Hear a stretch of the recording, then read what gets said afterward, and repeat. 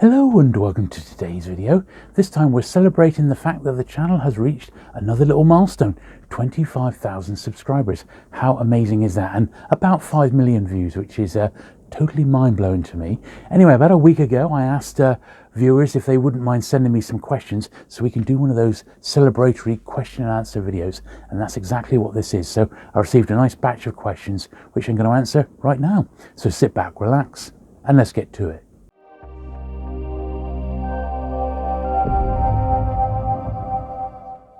So first question is from Richard over at Vintage SF, another great YouTube channel that I've been enjoying. Now Richard asks, well, congratulations on 25,000 subscribers. Thank you very much, Richard. He says, he'd love to hear more about the store that I used to own and run. That's Purple Haze it was called. How you started, guests who came in to sign their work, highlights and lowlights, and is a large part of your collection a result of closing the store? All the best in your future plans. Well, thanks for that, Richard. That's a tricky question.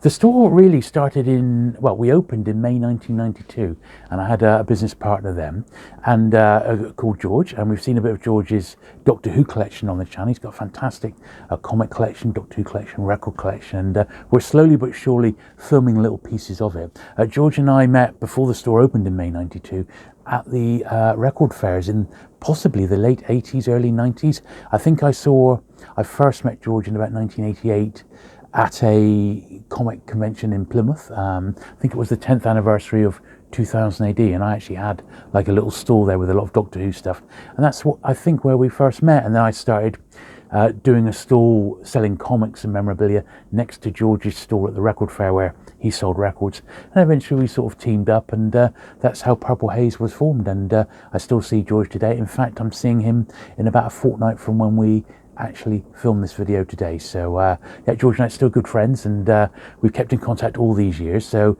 yeah, 1992 the store opened, and it shut about 2000, 2001, and we shut simply because there was nowhere really obvious to move to in the middle of town, and also where the shop was being turned into a big shopping centre, which is still there today. So that was why the shop shut. We had some good authors through our hands. If they were in town for like a local science fiction convention, they would generally pop in. Some authors we deliberately turned down. People like Terry Pratchett, we said don't want him. I was never a massive fan. His books sold in the store, but him as a person I found extremely difficult, and I think I have talked about this before on the channel, but people like Stephen Baxter came in, loads of sort of classic authors. Anne McCaffrey, I remember coming in and signing stuff, but the biggest guest that ever came in was Tom Baker. It wasn't a signing per se, but we filled the window up with his autobiography, and he signed all that stuff and some merchandise as well. So yeah, pretty good, and good memories of the shop. And there is a dedicated video about Purple Haze in the pipeline, which I'm hoping to film with George quite soon, with a bit of luck. Looking back at your other questions, because there was a few there. So yeah, the basis of my collection was not based on what stock we had left when the shop shut. George and I just continued to sell it online until it was all gone. George is still trading today, selling bits and pieces, although I don't do that anymore. But no, my book collection, obviously when we had the shop, stuff came my way, and you know, certain things, like if it was Star Wars, or if it was certain old paperbacks, I would usually get first pick. If it was old Marvel comics that George needed, he was or Doctor Who stuff, he would have first pick. So it was really evenly shared, and we were both able to massively expand our collections during the 90s. So yeah, but certainly the collection didn't come from the shop shutting. I do remember, from a Vintage SF point of view, we bought an absolutely enormous collection from an ex-bookseller, and it was 3,000 vintage SF paperbacks right back to the 1960s. I mean, it was just incredible, thousands of them. And when I went to collect them, they were all in actually branded Penguin bookcases that sort of were thin at the top and went down at the bottom there. They sort of arched, as it were, and they were designed just for paperbacks. And we just emptied, there was 4 of those all in a row, and we just emptied the whole lot. We bought the collection, but we had nowhere for the bookcases, and I would have loved to have those now to put my Penguin book collection on, because it would probably fit quite nicely in those 4. But yeah, great questions, Richard. Thanks very much for that. Next we've got Glenn, Professor Echo. Congratulations on the 25,000 subscriber milestone. Thanks, Glenn. I'm not surprised, as I've always said, you have the best YouTube channel going. Thanks a lot, mate. Here's my question. Has your wife ever expressed any concerns about the money spent on your collections or the space that it takes up? That's a very common issue for collectors, so I thought it might be relevant to your viewers. Looking forward to more new videos and catching up on some older ones. Right, well, has my wife ever expressed any concerns about the money that I've spent on my collections? No, not really, because she understands the economics of it. In a lot of cases, we are mere caretakers of this stuff, and we might pay a few pounds for it, maybe sometimes a lot of money for it. It's there, it's in our collections, we get to enjoy it, and when the time is right, like recently with my Star Wars stuff, it'll be time to move it on. And generally speaking, as long as you collect what you enjoy, if you put money into it, if it goes up in value, well, that's a bonus. If it doesn't, well, it's not the end of the world, because you've still got stuff that you've ultimately enjoyed. So she doesn't really mind what I spend my money on, in all honesty, because she knows, as a general rule, it's quite a shrewd investment, really. So that answers that question. The space issue, yeah, I mean, it does. Space is always a problem, and even though I sold it was a van load of vintage Star Wars stuff, it hasn't actually created that much room, so I'm a bit disappointed with that, really. But it's space that I will use for other stuff, so it is what it is, really. We all collect within our means. I'm quite happy to get rid of massive big boxed Star Wars AT-ATs and Millennium Falcons and Imperial Shuttles and replace that with little Matchbox cars, because I can get more in that particular space. So that may be another concern to people. Collect stuff that's actually small might work. Okay, Kiwi Express Cream. Congratulations on 25,000, Jules. Thank you. Very well deserved. Okay, my question. What do you see as the future of the vintage and second-hand book market? Other than the dedicated dealers like Morris and Dorset Bob, it's getting harder and harder to find vintage books other than on eBay. Outlaw bookseller Steve, in a recent video about after his trip to Hay, told of his disappointment, and honestly, I went a few weeks ago and was equally disappointed. Things ain't what they used to be, but I'm super excited about the paperback show next March. Me too. That was a long, rambly question. Cheers, Jason. So, what do I see as the future of vintage and second-hand books, the vintage and second-hand book market? Well, I think I've mentioned this to a few dealers, that I think with the rise of booktubers, people covering book content, old book content on YouTube, I think it's created a bit of a renaissance in collecting old vintage paperbacks. And we've got the fanzines out there with Gary Levisti's paperback parade. We've got Justin Marrett doing his British ones, Paperback Fanatic, and all the other ones as well. Plus several channels now concentrating on vintage paperback. We've started a bit of a trend here because obviously interest, particularly vintage science fiction as well. I think that's having a massive renaissance, and I think there's real scope for publishers to cash in on that, which they're really not doing. But I think it's quite healthy. Where I do notice it is when I do go into secondhand bookshops, there's usually a science fiction section, there's usually a horror section, but there's very little in there. I mean, awful, really. And Hay on Wye was no exception. There was stuff there when I went a year ago with Steve, but I too was disappointed with Hay on Wye. I would have loved to have seen it in its heyday, but there you go. That's the changing market. There is plenty to find online, but you do end up paying for it. So, yeah, the paperback show might be your best option. And if this is a success in March, what's to say we don't have two a year? Maybe one in London and one somewhere else. Maybe one in Bristol or something. Or make them a bit more commonplace. You could go to a toy fair in the UK, virtually one every week if you wanted to. I don't think the market's quite that big yet, but I think it's definitely there. The trick will be getting the dealers there and having the dealers turn up with actual stock. That I think will be the hardest part of it, because a lot of it is whittled away in collections now, and some of it just isn't being saved. So it's a tricky question, but I think as long as there's interest there, we'll keep the hobby alive, really. Okay, Edmundo 1987 asks, hi Jules, congratulations on 25,000 subscribers. Thank you. Two questions. What advice would you give to someone who is looking to start a collection of something, e.g. die-cast cars? When it comes to your die-cast collection, is it just Matchbox and Corgi for you? If so, why is that? Thanks in advance. Well, first, I'll do the second question first. So is it just Matchbox and Corgi? At the moment, yeah, it is. I mean, there's some dinky stuff I would love to get into, but you know, collecting the vintage stuff, which I absolutely love and I always have done, is not a cheap thing. So when I buy a Chipperfield Circus corgi set, for example, that's a major purchase. I may only buy one of them every few months. At Matchbox cars, the attraction of those is, even if you want them all mint and boxed, you know, you can get an awful lot for your money. I try not to spend more than about £20 each for a really nice mint boxed one, even less than that, and they are around at less than that if you look hard enough on eBay and at the shows. Obviously the very earliest ones and some rare colours and that can fetch big money, you know, into 3 figures, and some even into 4.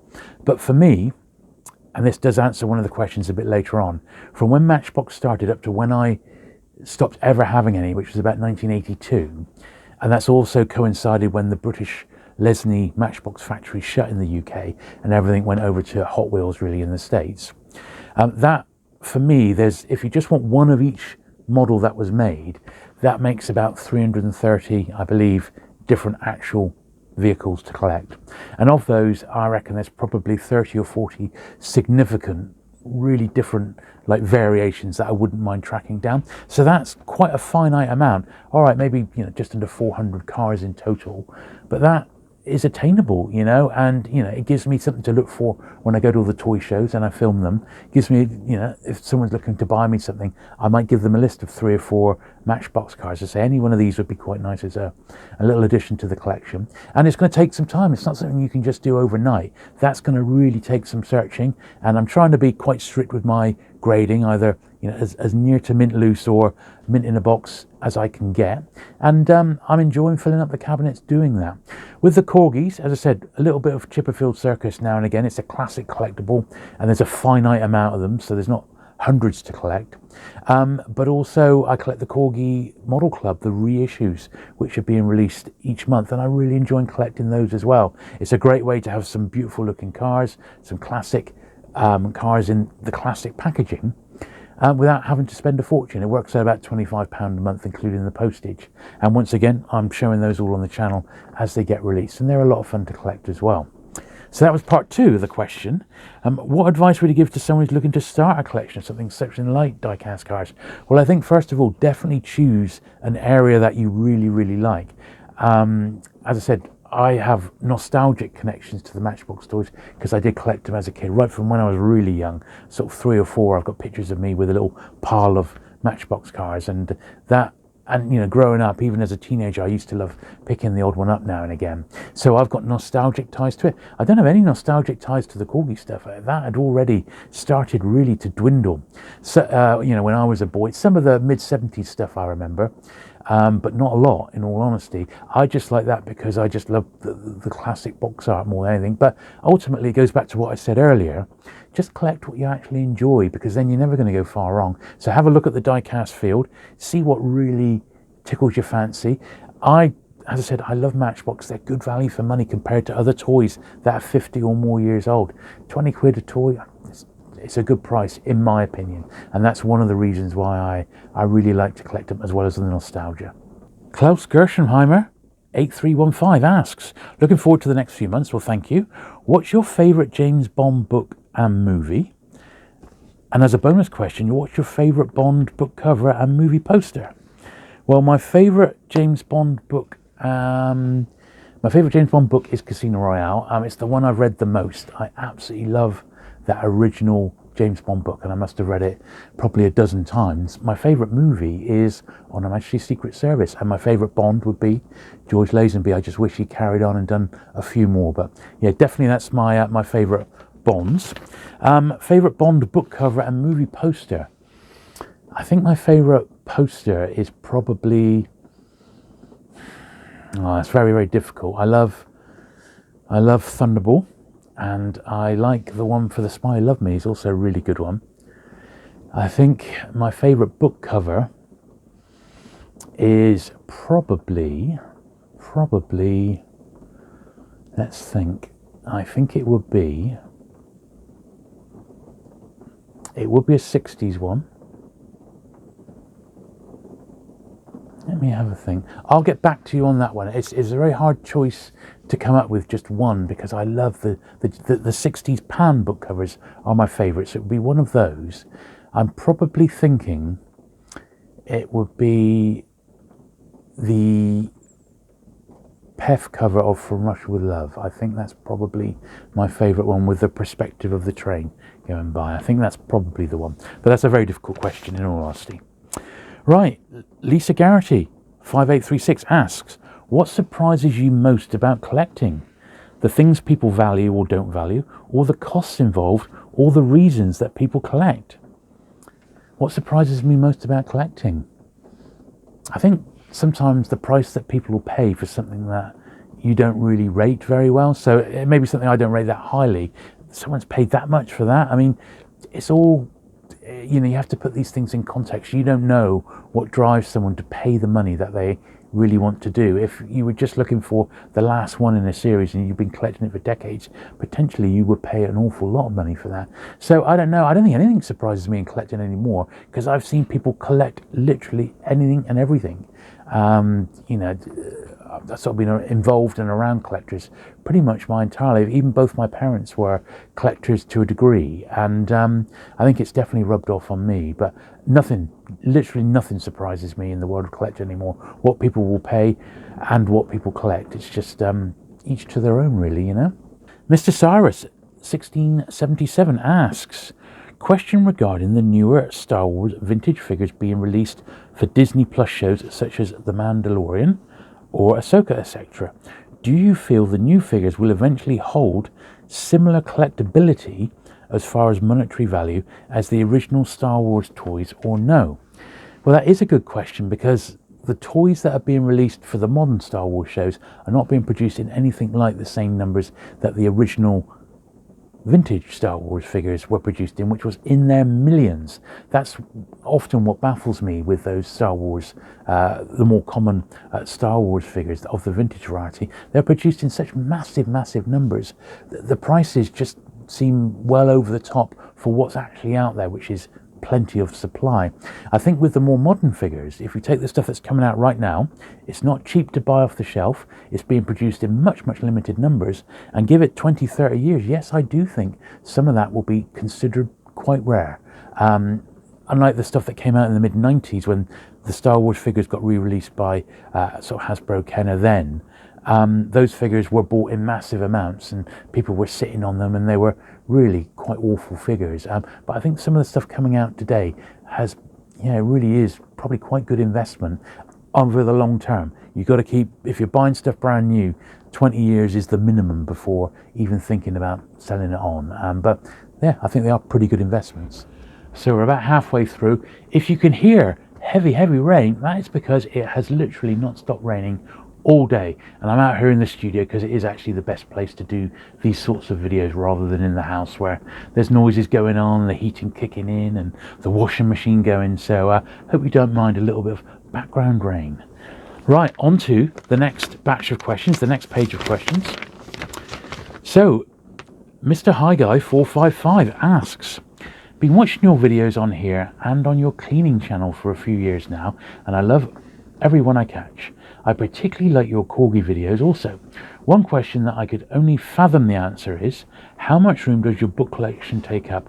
What kind of square footage are we talking? Okay, well, I've never calculated it out. About 3 years ago, I tried to film systematically every single bookcase in the house, and it took absolutely ages. And while I was doing it, I tried to tot up how many books were on each shelf, but after I'd been at it for like a couple of days, I sort of gave up, in all honesty. But I estimate I've got about 15,000 paperbacks. That's my rough estimate across all the series that I collect. Predominantly Penguin and Pan, of course. So Pan, I think I've got about maybe 1,500, maybe more than that, maybe 2,000 Pans. Penguin, I think, I don't know, maybe about 5,000 Penguin alone, across all series, Puffin, Pelicans and what have you. These are just estimated numbers. Then everything else, I mean, probably Star Trek paperbacks. I must have about 800, and that's not a joke, across all the series. And storage-wise, not everything is out on display, so I've got everything out that I could possibly get out. But my long-term plan is to build a dedicated library when we eventually move house, which is possibly next year, might be the year after. We'll see how it goes. There's no hurry. I am going to build a downstairs library, all 4 walls, floor to ceiling, with an island in the middle, and that's going to be totally get my entire book collection into one room, and that's going to be sort of my retirement library, which is what I'm aiming for. And in the meantime, I'm going to thin out a lot of the toy collection, so the rest of the Star Wars stuff's going to go. I've got masses and masses of Simpsons stuff, and other little collections I'll hold on to for now, but eventually all the sort of merchandise and memorabilia, action figure and toy related stuff is going to be sold. I'll do videos of it all first, so we've got a permanent record of it, and then I'll offer it either through the channel or through Facebook or wherever. I'll come up with a way to actually offer it to people who are potentially interested. But yeah, actual square footage, I've absolutely no idea, but I know not everything is out book wise. I've got stuff that is in comic boxes where you can have 2 rows of paperbacks on top of each other. I got 5 or 6 boxes just stacked up like that of basically overflow stuff that has been completely filmed on the channel, and the sets are like complete, so the full series, and I just don't really have room to put them out on display, and I don't really need to get to them, so for the time being they're in storage. So that's sort of the state of affairs as it is right now with the book collection. Ludmilla asks, hi Jules, congrats on 25,000. Thank you, Ludmilla. She says, 1, I would like to know if there's something you regret, something that I regret collecting, and why. Do I ever regret collecting anything? Let's have a think. I don't know. I mean, as I said earlier in the video, I try to collect what I enjoy. So if I've got into collecting it, it's for a reason. It's because I really, really liked it. I don't think there's anything I've ever really collected that I've regretted it. There was a few things, perhaps, like there was a Star Wars part work which went on a long, long time, and I wish they'd knocked it on the head sooner rather than later. So maybe I regret starting that one. But generally, no, I don't think there's anything I've really regretted collecting per se. And you can be a bit picky in your old age, and although when I collect like publishers, for example, I do try and collect them all. There is that other school where you could just collect the very best of a publisher, and I have started to do a little bit more of that in certain circumstances rather than being the completist. So I don't know, your collecting things change over the years, I think. If you had the possibility, so question number 2, if you had the possibility to become a full-time YouTuber, would you do it? And if not, why? Okay, so the plan is that I hopefully can stop working for the man in about 6 years' time, and then I will be in semi-retirement, and then I intend to do YouTube full-time. That will be my only income then. So at the moment I've got a part-time job and I've got YouTube, and I've got basically 2 incomes, but any sort of tax allowances in the UK are used up on my normal job, so I have to pay the full rate of tax on my YouTube income, which is not massive, but it's enough for me to like drop a day at work and go part-time, which is cool. Even just doing a couple of videos a week, I've got enough of a back catalogue now, and I've got enough support to allow me to do that. I would love if the channel suddenly went bonkers and I could get 3 or 4 times the income from it that I'm getting now.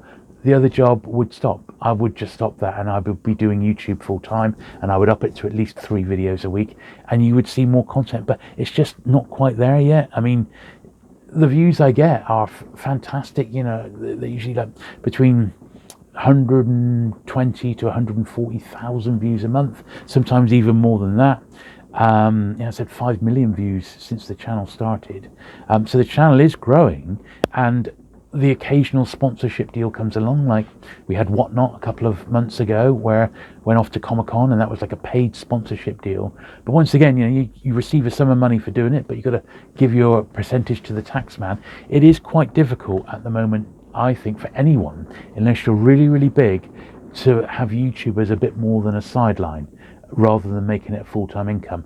But when I've sort of retired from my full-time, my regular work, as it were, and I'm just doing YouTube, I'll be in a position where the YouTube money will be enough for me to sort of live on in retirement, as it were. And I'm very much looking forward to that. And at that point, that will be my only job, and I'll be as much a full-time YouTuber as I possibly can be, because I really do love making the content. So an interesting and thought-provoking question, in all honesty, Ludmilla. Thank you for that. Trotter Tolkien, the man with the greatest collection of original editions of The Hobbit as you've ever seen. Do follow him on Twitter, because he's very active over there. So he says, as a book collector, I'm always interested in storage. So what bookcases do you recommend? Well, for actually well-made bookcases, I like IKEA stuff. It's flat packed, it's not overly expensive. This behind me here is IKEA, and it really is well made, and it can stand the weight. However, the library that I was just talking about, that is going to be purpose built and built to size.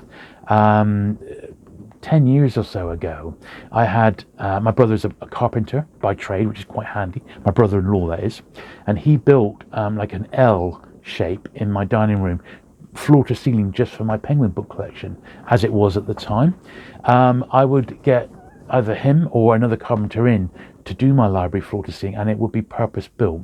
So that would be the very, very best storage. But if you want something a bit easier, something that you can just go and buy off the shelf, or even IKEA do mail order now, I would recommend their Billy line of IKEA bookcases, because they're really well made. They're not expensive.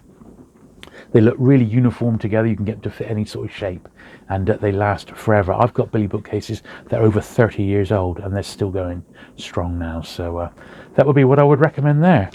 Amanda Seltz 7420 says, love your channels. Are you still trying to collect the full Matchbox collection through to the 1980s-ish? I love the Matchbox vids. Well, I definitely am, as sort of covered that one earlier, but definitely going to still collecting Matchbox. I've got about a dozen that haven't been sort of done in a dedicated video yet. I usually wait till I've got about maybe 15 to 20 new editions and a few bits of like catalogues and a bit of merchandise. Then I'll do a new video. The good news is now that I've emptied my cabinet with my loose Star Wars in, and I have a completely empty cabinet to put Matchbox cars in. So I've got one cabinet in my front room that's going to be up to about from when they started up to about 1970, and then the cabinet that my Star Wars figures were in, it's going to have it's going to have a shelf with the Chipperfields on, but the majority of the cabinet is going to be vintage Matchbox from 1970 up to 1982, where the actual cars get a bit bigger and the boxes are bigger. But yeah, I'm definitely still collecting them, and I now have a bit of space to actually expand the collection, which is what stopped me buying any more for a while, because I had my dedicated cabinet was full up, so I just stopped doing it. Matthews8505 asks, question for that video, do you watch modern Doctor Who? If not, where did you stop watching? I stopped after Capaldi left. I watched the first 60th anniversary special and I wasn't totally into it. I'm hoping I'll like where the show is heading. So do I watch modern Doctor Who? Well, absolutely I watch modern Doctor Who. I'm a lifelong Doctor Who fan. I don't know if you know, but I was even in an episode of Doctor Who, Rise of the Cybermen, back in season 2 of the new Doctor Who with David Tennant, and absolutely loved it. I am a bit like you. When Capaldi took over, I didn't immediately take to his version of the Doctor, and I did not think that the Jodie Whittaker version worked either. Unfortunately, I don't dislike her as an actress. I think she did a sterling job, the best that she could, but it definitely suffered for me, and I can see why a lot of people got turned off. Now I have very, very high hopes now that Russell T Davies is back in the driving seat, that we will start to see some really great stories come along. What I don't know, because I don't know much about his plans beyond the specials, when Russell T Davies first took over the reins of Doctor Who, when was it, back in 2004, 2005, he went back to those prominent fans who'd written some of the best sort of fan fiction in the Wilderness years, and got them to expand on a lot of their ideas. And a lot of season 1 and season 2 came from that, of the New Who, came from that sort of stall of writers, and I hope he goes back and potentially taps that well again of the very best of what's being produced by the fans. And I think that will do wonders for originality, and it will bring those those really dedicated fans and writers back into it a bit. That's what I'm hoping, as well as obviously the Russell T Davies story. So I think all we can really say is we have to give it time, and we'll just see how it goes. But I hope very much for the best. I like to see, new Doctor Who, and the fact that it's under Disney's wing now, well, don't know, we'll have to wait and see. It should certainly have a bigger budget, we'll just see. But I have high hopes that things are heading in the right direction. Sylvan Young, long-time channel supporter. Okay, so just flicking through there, I can't think of a question, but here goes. Of all the videos that you do, books, toys, Andy and his cards, the toy shows, it all, which do you enjoy the most? Okay, that's a good question, because I love doing it all. I love doing my book videos. I really enjoy doing my monthly pickup videos where I go through all the stuff that's come my way over the previous month and give it all a clean. Those videos I really love. I love doing them all, really. Some take a lot more time than you might think. So I recently did a video on Sam Peffer, the pan artist, and that one, pulling all the source material together and putting it into a video, then doing the audio commentary as well, looking up all the books. That took a lot of time, yet hasn't had masses of views. It's only on about 600 views. I like my videos to get at least 1,000 over the first couple of months. Some of them over time go absolutely bonkers, and then tens of thousands of views, even in the hundreds of thousands, some of the videos. But generally speaking, I don't think I've got any that I just, all the videos that I make, it's because I want to make them. I wouldn't be making stuff I don't want to make. So it's all good stuff. I enjoy the mixture of it, and this channel has always been like that. It's been a mixture. We do not niche down. We do not just do one thing, because I just go a bit mad if I stuck to one thing. So I collect a lot of stuff. The channel reflects all the different things that I collect, but hopefully you find it entertaining, educational, hopefully a bit relaxing and chilled out, and that is really all that matters. And thank you, Sylvan, for all your support. Thank you. Right, we've got just one more now before we wrap this one up. This one came on Instagram, I believe. Yes, it was Instagram, and it is from IBX Running. So congrats on 25,000. Thank you. I have so many questions, but I'll limit it to just a couple. Do you insure your collection? God forbid the collection gets damaged somehow. Curious if you've put insurance on it. So I know an awful lot of collectors. I mean, I know dozens of collectors, and I've spoken to them about this exact question. Say, do you insure your collection? Say, no. I do not know any collector who has insured his collection. What they tend to do is, on your household insurance, you can name specific items that are your most valuable items, and they can be listed separately, and they could be then with a value, and you could then decide to have that listed. Now, my most valuable items in my collection were my Star Wars toys. One of the reasons I got rid of it was I just didn't want those high value items sat around the house. I don't want to be a target for burglars. I mean, and those Star Wars figures, I've known collectors get burgled over the years. So there was the air of worry about it.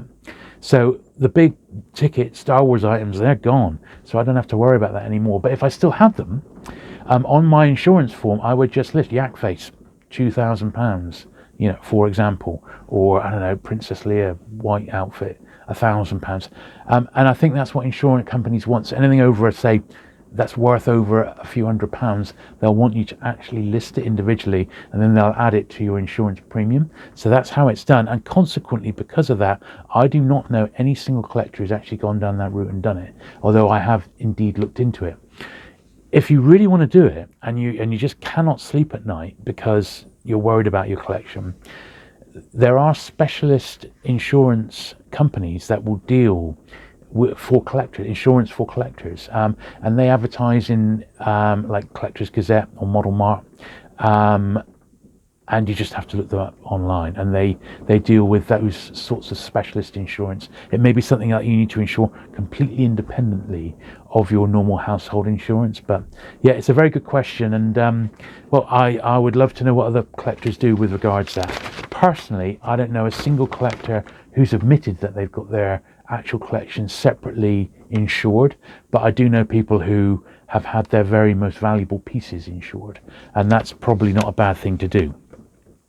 Second question, they ask, other than the last Penguin book that you're looking for, what book do you not own that you would like to own the most? Well, it is that last Penguin book. I'd love to get that one. Honestly, I don't think there's any other one particular book that I'd really like to get. I'm missing maybe 3 or 4 of the American James Bond first editions in paperback, so I'd like to complete that set. The run of the Edge Western paperbacks, the last book I needed, I got this week out of the 61 that were published, so that's really cool, so I'm pleased about that. But yeah, it will be that last Penguin book I'd like to get. There are other very, very rare Penguin books, like ones that were published for the Forces Book Club or published as for prisoners of war in Germany, for Allied soldiers in Germany who were incarcerated during the Second World War until they were liberated. Those particular ones are amongst the very, very rarest. Very small print runs. I've got some, of course, but I haven't got them all. And in a lot of cases, like the prisoner of war ones, they don't really know how many were even made. So I'm always looking for those sorts of books, but there isn't one particular one. Then finally it says, lastly, as mainly an ASMR viewer, I'm curious if you would ever do a Lego build video. I love your old Lego space videos especially, and it'll be so relaxing to watch you actually build the Legos in real time. Congrats again on 25,000 subscribers. You're one of my all-time favourite YouTubers. Well, thank you very much, mate. I packed my Lego space stuff away, and I've got a nice box of it and a couple of bigger box sets, simply because I had it out on display and I couldn't really afford the display, the shelving space, plus it was getting horrifically dirty. I think if there was something that really captured my imagination, I probably would do an actual live build. It would be quite fun to do, in all honesty. I have seen some YouTube channels do that, so maybe I might have a go. I have got a friend who has got an absolutely massive collection of Lego, and he pretty much builds something every day for half an hour to an hour, keeps his dexterity up, keeps his mind thinking, and maybe, just maybe, I could borrow some of the ones that I really fancy making off him and do like a live build. One I wouldn't mind is the Yellow Submarine, the Beatles Yellow Submarine in Lego, which I tried to get at the time, sort of missed the boat a little bit, and then it doubled in value. But he has got one, so maybe that would be one to do. That might be quite fun. Anyway, hope you've enjoyed this video. That's it for the questions this time round. We'll do this again at 30,000 subscribers, which will probably be in about a year's time. So thanks again for all your support. It really is much appreciated. Special thanks to my Patreon and channel members. Some of these people have been with me literally for for over 4 years now, and that's quite something. So thank you very much for that. Hope you've enjoyed this little Q&A session. If you have, do please give the video a thumbs up. Do please subscribe if you've not already for regular vintage content, and I'll look forward to seeing you again very soon. Bye.